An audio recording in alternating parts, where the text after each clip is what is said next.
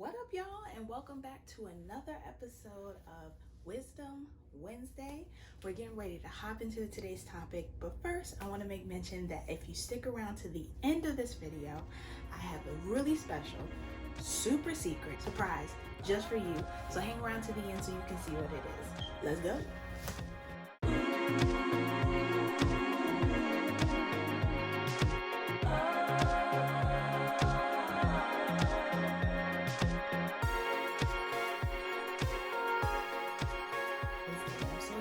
You guys are here. So we got a great topic today. So let's get into it.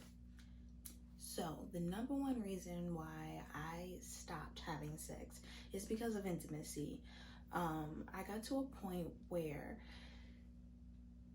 I couldn't feel close to anybody, including God. And it really, after my mom died, I wanted to be close to God, but I realized that from having sex before I was married, it created a barrier between me and God that I wasn't able to hear from him. And so it also created a barrier between me and the other people around me. I would have guys that I was interested in. We would have sex, and then I would immediately want them to leave. It felt like I could only care for people up to a certain amount. And then once they reached that, they were done. It was over. Let's move on. So I started noticing that more and more, especially because there was people that I cared about, my family, my friends, and I just could not connect to them emotionally. I didn't feel intimacy anywhere in my life. So I knew I had to do something, and I felt like, hey, if it doesn't work, I can always just go back to having sex. Period. The other thing as well, after my mom died, I was very cognizant that my emotions were down, like my defenses were down, that I was weak. And so what I didn't want was someone coming in and trying to take advantage of me, either purposefully or not. I didn't want to fall in love with somebody and then be disappointed when the veil got removed from my eyes that they weren't who I thought they were. Because I know one thing about grief is that it doesn't give you a good perspective. Everything is through a certain lens, and so I knew I wouldn't be able to see the red flags that I normally would see when I'm in my right mind. What I didn't know was that the truth was I was emotionally overloaded. Over the years, from starting to have sex when I was 16 all the way up through my early 20s, I had attached myself to men that I no longer knew, who I was emotionally bonded to, that I'd never cut those ties. That's the thing about a soul tie. And if you don't know what a soul tie is basically a connection to someone that is formed through intimacy. Because sex is the ultimate form of intimacy, because you're literally putting your bodies into each other. If we don't make ourselves aware and are very careful with who we share our bodies with, then we form a soul tie. And I know you're thinking, there's somebody watching, and man or female, that's going, oh, well, not me, I have sex like a man. Yeah, me too. I thought so too. I was definitely in that stereotype where I thought oh, okay, I can just have sex like a man. That's why I don't get emotionally attached, because I'm just more manly in that sense. And the truth of the matter is, it doesn't matter if you're a man or a woman. Everyone forms soul ties through sex, because it's literally a transferring of fluids, of emotions, of habits, of all the likeness that a person is. And when they've had sex with other people, you're also getting those things from those people. And emotionally, I was drained. The second reason I stopped having sex was just the games. I got so tired of lying and being lied to that I could do it in my sleep. I got to a point where if I knew a guy was lying to me, I would not call him out on it, as long as he's giving me what I want. And that just was not healthy. I began to realize that I was looking at them as an object instead of a person. And in return, I was being looked at as an object and not a person. And I didn't like it. I didn't like that I saw people that way, and I didn't like to be seen that way. The third reason why I stopped having sex is because of the post-sex effects. Okay, I know what you're thinking. You don't get anything from sex except for the euphoria when you finish, when it's over. Okay, great. But once you come down from that high, you have to do it again to get it. And when you're doing that with someone that you're not married to, that you don't have a commitment to, that doesn't have good feelings or good intentions for you, you're gonna make bad decisions with your time, with your money, and your sleep. Think about it this way. If you are on call with a dude, like, you never know when he's gonna call you to come by. You're always waiting up. You got your phone by your bed, so you don't sleep, so you don't turn it on silent, so you sit the whole night scrolling. And then when he calls you, you got to get up, you got to get dressed, you got to drive to his house, you got to do what you got to do, and then you don't get enough sleep, and then you go to work the next day, and then you can't perform correctly, and now your boss is mad because you forgot to turn in that report, and then that report didn't get turned in, and someone else got in trouble for it. Now you getting a performance review that is not good, which then messes up your money, because then your check gets low when you get demoted, and or you could have gotten a promotion, but you couldn't concentrate enough in order to do it, and now you're behind on your bills and making you stressed. Now you think you need more sex to relieve the stress that you already created, but it all started because you wanted to have sex with someone who is not your spouse. And we don't think about the little things that we have to do in order to have sex with someone who doesn't live in our house, who is not married to us.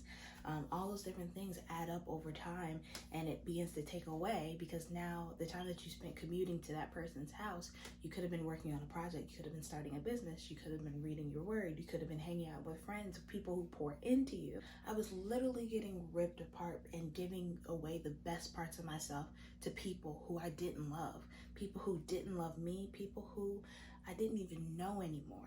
And in doing that, I was left over with the worst parts of me and their bad habits.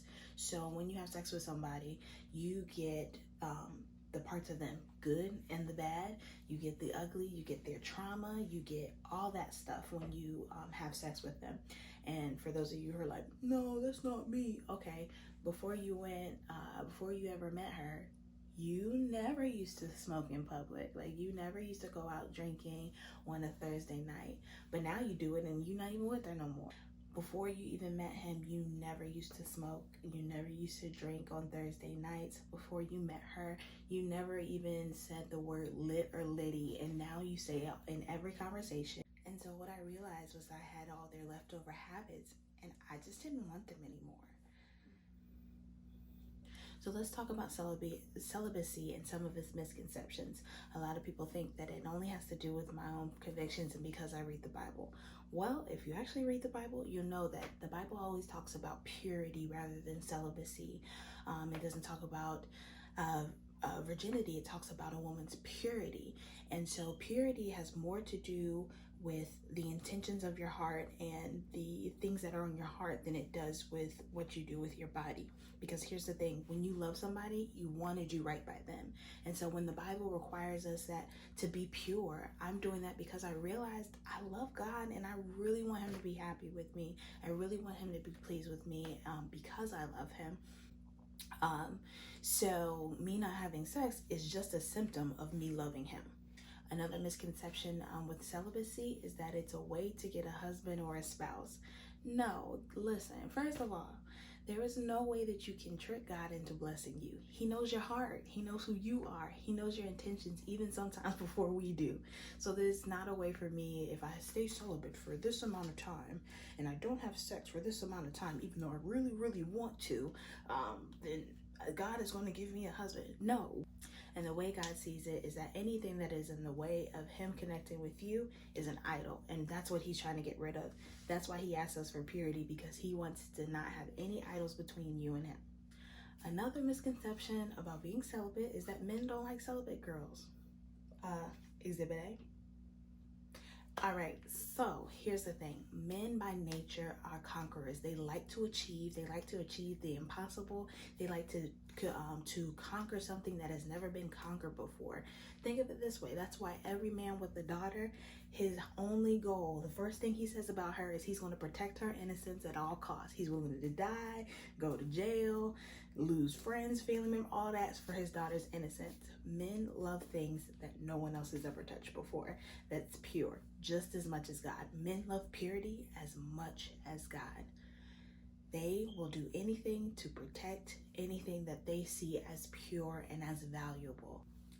And the only thing that men love more than conquering something that is unconquerable, is that a word? Is to boast about that. And so they love to have something to boast about, especially in the woman that they decide to be with. The last misconception is that people think celibacy is super duper hard and impossible. It is not. It is absolutely not impossible, which is why I created 1YC, which you'll hear about later.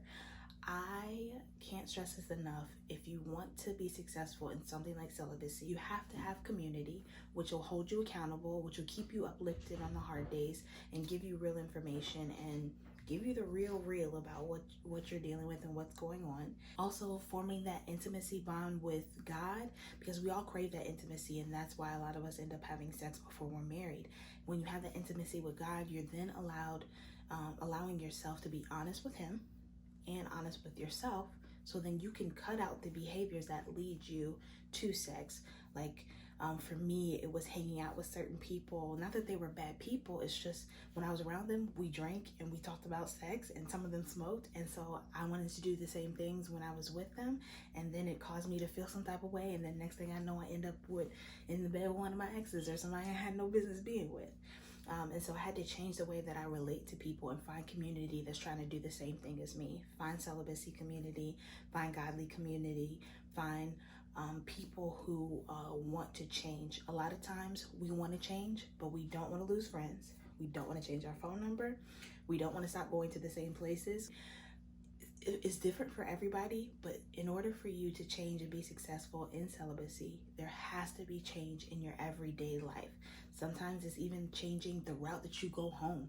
Don't drive by their house. Sometimes it's changing your diet. It's exercising. It's putting in new, healthier habits and filling your time with good things so that you're not tempted to go to who you used to be. So I'm happy to announce that registration for 1YC is open right now, today actually. So click the link in the description box in order to sign up. What's 1YC, you're asking? 1YC is the 1 year of celibacy challenge. It's a challenge that I'm issuing to all of you, and it's the challenge that's going to help you cultivate self-esteem, purity in relationships, and knowledge. It's the things that have helped me overcome my issues, and the thing that I want to extend to all of you.